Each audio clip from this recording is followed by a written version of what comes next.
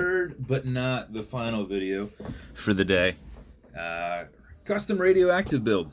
Guy reached out to me. We went through some dials and kind of built the dial around the case and the bezel. So grabbed a dial that's kind of bronzed. So it's got like a nice gray but brown look to it, and then it's got a nice gold pop to it. Did a gilded, what do you call that? It's a tension ring that goes in the glass that gives it extra depth, but it's not, man, I can't think of what they call those on Seikos. It's not that. Chapter ring. It's not a chapter ring, it actually goes into the glass. But gold went in there, and then since we did a silver brushed case on that, for a nice pop, I did some nice thick silver hands, custom fitted to work on this movement. Not the second hand, it's the second hand that actually goes, but the hands themselves don't normally go on this movement. So that is that part. This is an actual brass bezel. This was steel plated, silver plated, and then we had to soak it in hydrochloric acid, bake it, put it in citrus acid because it turned very pink. I can't think of if that was copper or zinc that the hydrochloric acid kind of takes away. So you gotta sand it down a bit, and then baked it once more, and then redid the numbering on it in black. The red stayed, but the black didn't. To reveal that under there, it's actually brass. So pretty cool. Wanted a matching colored crown. So this is antique brass cerakoted crown. But we did it in black first.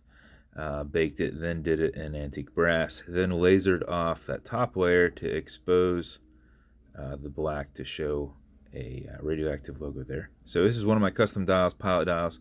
No loom on that dial. Most of my dials are loomed because they've got circle pips that I go back in. These are raised pips. I cannot loom those.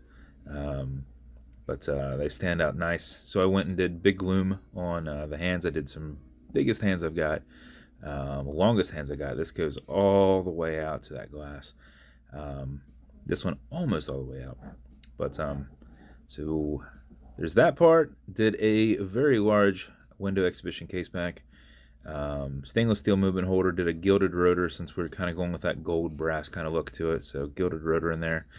And then happened to have one of my radioactive straps, one of my original RA88s, without a bund. So it's got off-white stitching at the top. It's got the logos branded on both sides. Darker keeper on this one, off-white, and brushed clasp on it. The other side, though, it did have a red stitching at the bottom because I had a red keeper on this as well, and it was set up to have a red bund on it. But I think there was something wrong with the bund, and I couldn't use it on one, so this strap had been sitting to the side. So we pulled the stitching on it, just restitched it in black, just to kind of give it a little bit different of a look. The off-white that I used back then is not the same off-white that I've got now.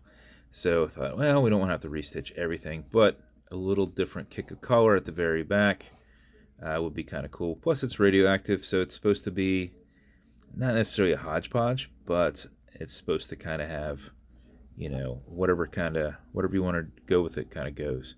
So I thought that kind of looked cool on it. So did nice black stitching on it.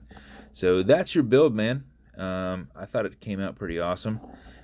These bezels are held on with a tension ring so they don't click. So you can turn it left, you can turn it right.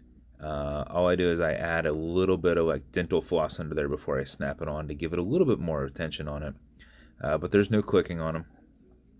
Automatic mechanical, so you can wind it, you can wear it, you can put it in a watch winder, but if you're going to wear it and it's dead or you're not going to be very active, you want to pre-wind it to make sure you don't lose time throughout the day. So how you do that is you back the crown off the threads until you hear it clicking. At that point you can wind it, and a wind is a turn away from you. Backwards does nothing, but it's a lot easier to keep and maintain your finger placement. And just go back and forth. If you do it for 4 or 5 seconds before you put it on, you'll keep time throughout the day. If you do it for something closer to 20 seconds, you'll max out your power reserve, which is 31 plus hours, which is what I do because I'm not wearing around your watch to make sure it's good. And you can't overwind it. You can wind this all day if you want. You just won't do anything. I've got closer. I've never actually timed these things out, but I've had 40 hours on these things. So I think that's not normal. My understanding is most people mid-30s is normal. But anyway, pull it to the one and only click. You can now set your time. Now you'll notice you don't have a hacking movement. It's going to keep going. You also notice you got a wobble crown. That deflects lateral pressure from going into the movement. So when you're pushing and prying on it, it's deflecting that. It also has a clutch system in there. So you can go from winding it to setting the time, but not from setting the time back to winding it. You'll have to re-engage the clutch. But what that does is if you get an impact in the side, it won't transfer it into the movement. So pretty cool feature. They've been doing that for many a year.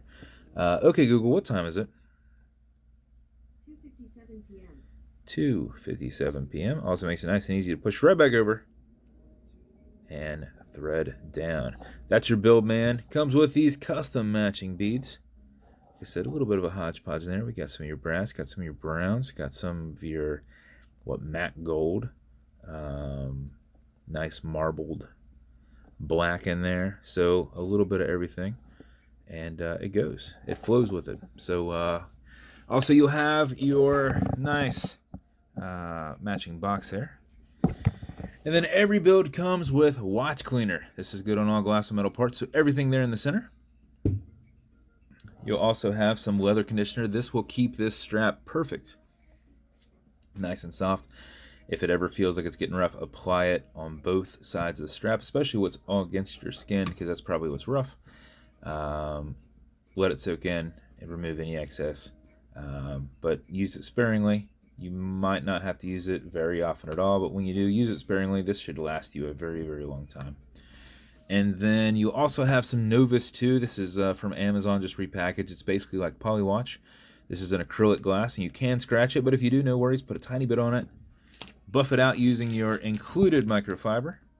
If you can generate some heat with your thumb, you can knock it out way quicker, 15-20 seconds. So just buff against it real fast. Only use what you need. Because the rest of it's going to soak into the rag, get pushed around. Only what's being used is what's going into that scratch. But it will feel like pledge on wood. Be very slick. So just use what you need. But that's your build, man. I appreciate you reaching out to me and us being able to figure out something kind of on the fly with stuff that I had on hand to put together something for you that I thought turned out pretty awesome. And if you want me to make you something custom and unique, reach out and I'll see what I can do. And if you want to continue to see videos like this, like and subscribe as I put them up all the time. Thanks for hanging out, guys.